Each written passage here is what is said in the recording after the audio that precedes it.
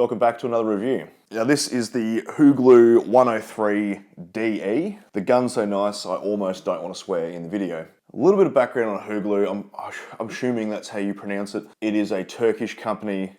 Now there is a bit of a stigma out there about Turkish shotguns for some reason, people saying that Turkish shotguns are rubbish. I personally have found that there's nothing wrong with Turkish shotguns, but you get what you pay for. So if you're buying a cheap shotgun, you're going to get cheap. If you're buying expensive, you're going to get expensive. It's like anything else. It doesn't matter if it's Australian made, American made, bloody, British made, whatever. If you are not spending the money, you're not going to get a quality product. So if you're buying a $500 or $600 like Adler or a Barika, it's not going to be as good as a $1,500 version from the same company. So just keep that in the back of your mind. Turkish shotguns are not all bad.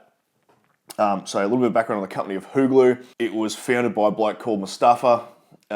He was conscripted into the Turkish army in World War I, after which he used his knowledge of firearms to start a shotgun company.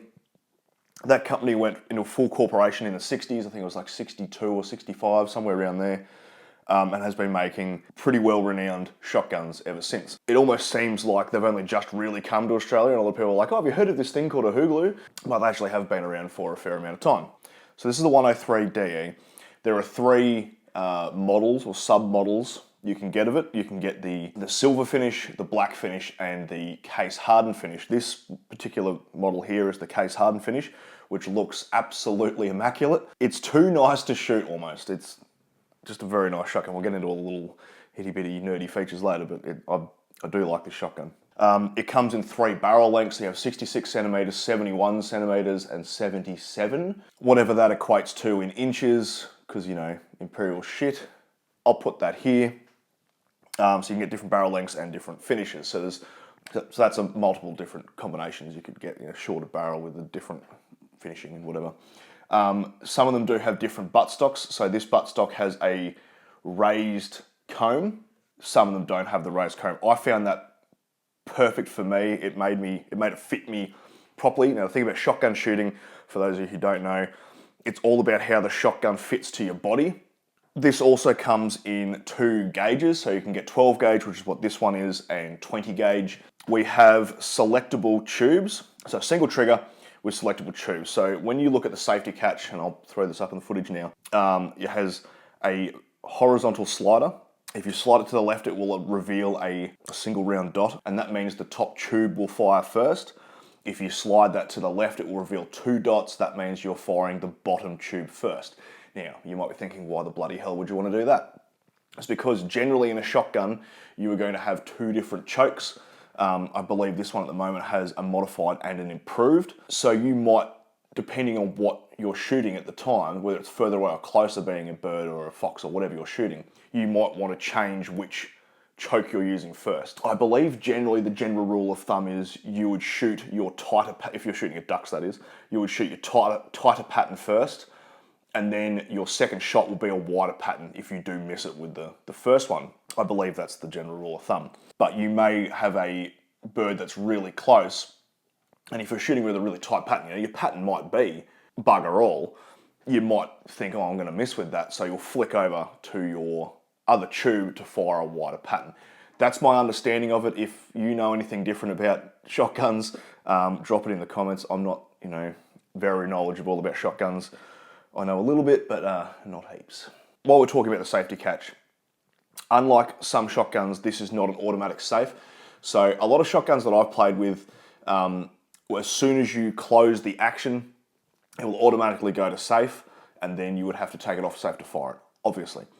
This one does not, so as soon as you close, you are ready to fire, and then you would have to manually put on a safe if you didn't want to fire at that time. So be aware, that is a thing. So if you're getting a shotgun, understand how your shotgun works and whether it's going to go to safe when you close the firearm or if it's going to stay on fire.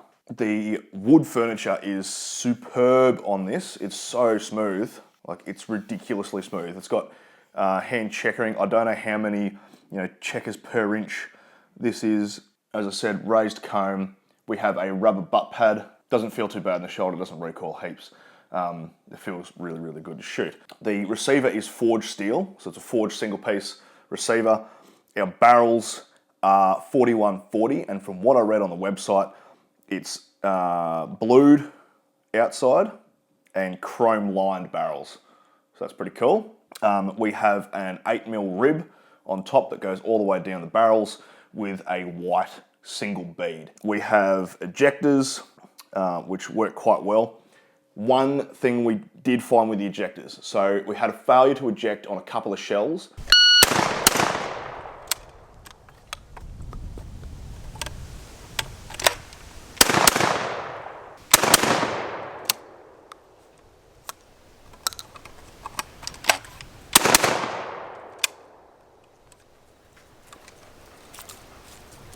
I think with that one as well, because the other one did eject, I think it was that particular shell sort of stuck in. Yeah. Because I think that one actually had from memory, I think that one had a different rim on it. So that one was the one that stuck in, I'm pretty sure. See how tight that is? Oh, yeah. Whereas, so that's tight as fuck, but then that one. Yeah. Yeah. So it was that, it's definitely that. Yeah, so that could be a factor too. Yeah. Ammunition. That is shitty Winchester stuff. So you can see that it's opened up wider. So that was a bit of a pain, but nothing on the shotgun. That was purely the ammunition, and most people know that Winchester's shotgun ammo is not the best. Every other ammo we used was fine, just that particular batch of Winchester 8-shot. We have adjustable chokes in the end, as I alluded to before. I don't know much about chokes, to be honest with you, so I'm not going to lie to you. It's got 2 chokes in it, a tight one and a tighter one. Now the chokes in this are the same chokes that I have in my Adler, so you could interchange them if you wish. This kit comes with a 5-choke kit, so that's literally all of them, from a cylinder bore all the way through to full choke. The trigger is very nice. Let's have a look at the trigger. All right, so the trigger, they say that it's 2.5 to 3.5 kilo pull. It's incredibly crisp. It has a little bit of slack take up, but once you're on the wall, it just breaks nicely. Reset and fire. Now I did deadman trigger this a couple of times because we were trying to fire ridiculously quickly. So you do have to bring your finger almost all the way off the trigger for that to reset. You can't really feel the like if you're really paying attention, you can feel the reset. But while you're firing, I couldn't feel the reset, so I didn't really know if it was or not. So I deadman triggered a couple of times. It's incredibly crisp, that trigger, especially when you're comparing it to shooting an Adler, which is, we all know, has got a rubbish trigger. Our ejectors, so you can see them pop out there like that.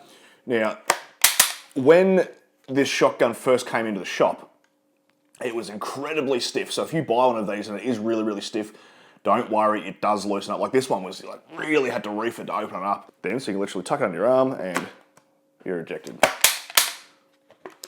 Like that. Incredibly crisp, really smooth action. As I said, I'm a big, big fan of this shotgun. It's almost too nice. Like I almost wouldn't buy one because it is too nice. Because I like to thrash my firearms a fair bit. And you can probably even tell that I put a sheet down on the table so I don't scratch it up because I do care about this shotgun a fair bit. All right, so to strip it, it's just like any other shotgun. I'm sure you know how to strip a shotgun, but for those who don't, all you do, you have this little lever on the bottom of the foregrip here, pull that down, your front grip comes off, grab the barrels and then break the action and your barrels come off, and then you're stuck with your receiver and butt, your foregrip, and your barrels. So pretty easy. You could then, stash that away in a little carry bag or whatever. I do believe from the factory, this comes with a hard case. I'm pretty sure the website said that it's sold with a hard case. So that's pretty cool. To reassemble that, it's pretty easy as well. You would just line up your little groove. You would then lock it into battery and put your grip back on.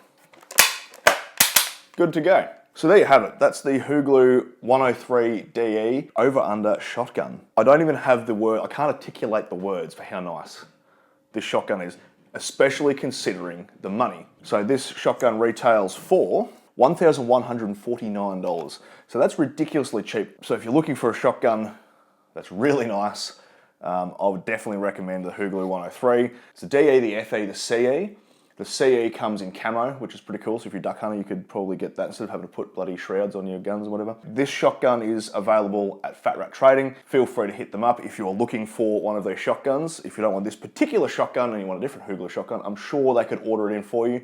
So you could probably hit up the Huglu website, see what's available. I believe Winchester, Australia is the importer, pretty sure, so you could probably check them out as well. But yeah, support your local gun shop and they'll bloody support you. So that's the end of my review. Hopefully you got something out of that. I hope you guys have a bloody lovely weekend coming up and I'll see you in the next video. Hooroo.